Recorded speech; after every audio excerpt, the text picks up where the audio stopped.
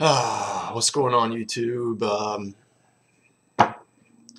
Obviously, you can tell from my disappointed face and voice that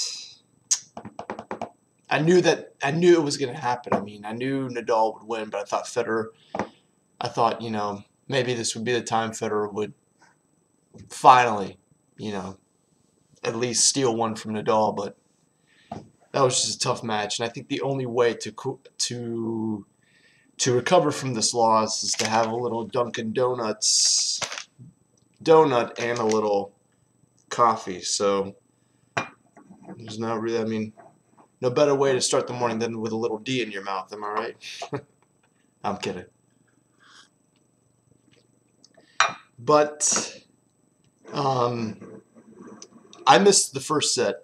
I was at a concert, so I had to get some sleep. But I woke up in time for the second one when they were just putting the tape on Nadal's blister, and man, Fed played a good game.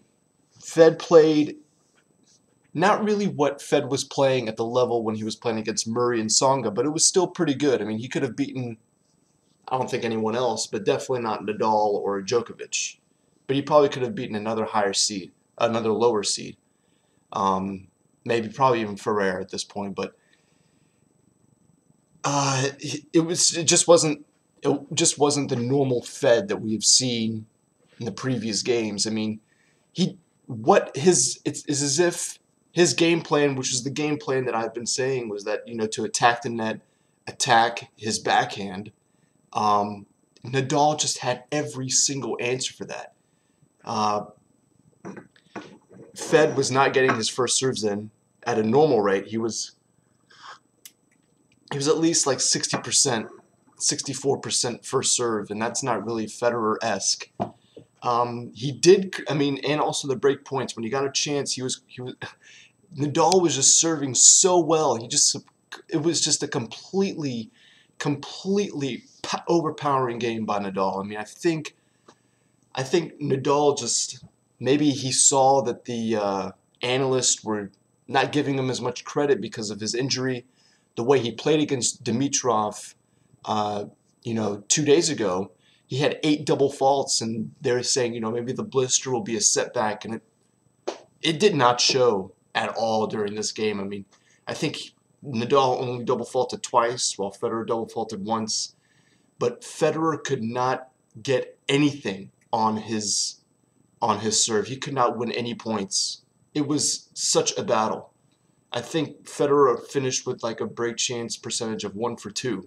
So that just goes to show you how dominant Nadal was serving. And he had like a 75% first serve, a 75 first serve percentage rate that game. I mean, he was just on fire. And everything that Federer was doing, Nadal just had an answer for. I thought some of his approach shots were a little questionable. I mean, he gave him too much room to pass down the line. They weren't the normal Federer setup shots. I mean, he did come into the net. I mean, that's how you beat Nadal. But you got to put a lot more in it. I felt like a lot of the shots were, of course he was forced to come in sometimes, but when Federer had a chance to make a move to come in, he didn't really force Nadal to hit a weak shot. I mean, it was majority of the shots that Nadal hit when Federer would come into the net, they were somewhat, not meatballs, but they were in the range where Nadal could hit a really good passing shot, and that's what happened. I mean, Nadal he's just playing at an unbelievable level right now, and I was hoping Federer would at least steal this one so I could get the Swiss cheese finale, but I still think this match, the finale is going to be a great one. I'll make a video about that one later. I just really want to highlight some of the key points about this match between Nadal and Federer. But I still have hope for Federer to win at least another Grand Slam. I mean, you're 32 years old, you make it to the semis. I mean, that is unbelievable. This guy's confidence is through the roof. Not through the roof, but it's in terms of last year, it's through the roof. So I think this is a good start to the year, and I think things will pick up. I think things will pick up a lot more, during the course of the season. I don't see the French Open. I mean, I think clearly the way Nadal is playing, if he's not injured or, at some other point, I think the only person that stands a chance at upending Nadal on clay is Djokovic. Um, but that's way down the road. We'll have to see how that plays out. But I wouldn't be surprised if he makes a run to the finals in Wimbledon against Murray, because Murray's just, that's his home court. And maybe U.S. Open, because that's another fast surface, and he likes to play that, quick attack game. But Federer, he was hitting some shots. He was keeping up with Nadal. There were some shots in this game that I thought Federer could not get to due to his physically ability to get to the shots that Nadal was hitting. But he was stretching out, and he was keeping up. But it's just, after a while, man, Nadal just wears you out. And he tried to play the game of baseline, and that's just, you can't do that against him. The only person that could do that is Djokovic, because his strokes are just as, are up there with Nadal.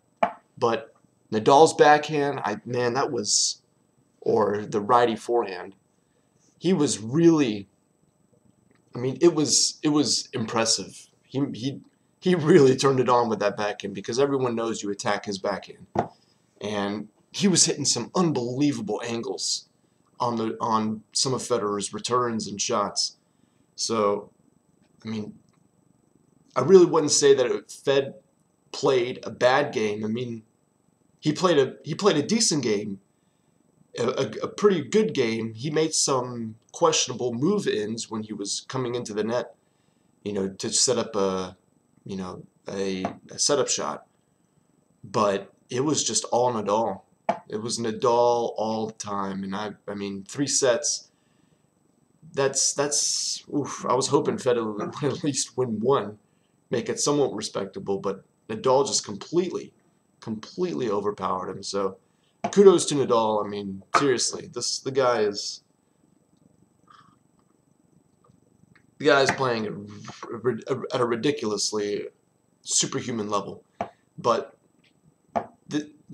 I think this is gonna, wake Fed up a little bit. It's the beginning of the year. It's the first Grand Slam. He's got a new coach. He's working with a bigger racket. He played with it a little bit last summer, and then he switched back to it. So he's still working out some kinks with it. I think as the season progresses, I think Fed will get used to the racket. I think Fed will, listen to the coach more and get used to that sort of mentality. So, but what can I say? Congratulations, Nadal. You played a hell of a match. It was a overpowering performance by him. But I'm gonna watch some tape, watch some videos, and come up with a nice little analysis of the Sunday's match between Wawrinka and Nadal. I think that's going to be a really good match. I think a lot of people are underestimating Wawrinka's potential, and he can hit. The guy can hit really, really well. So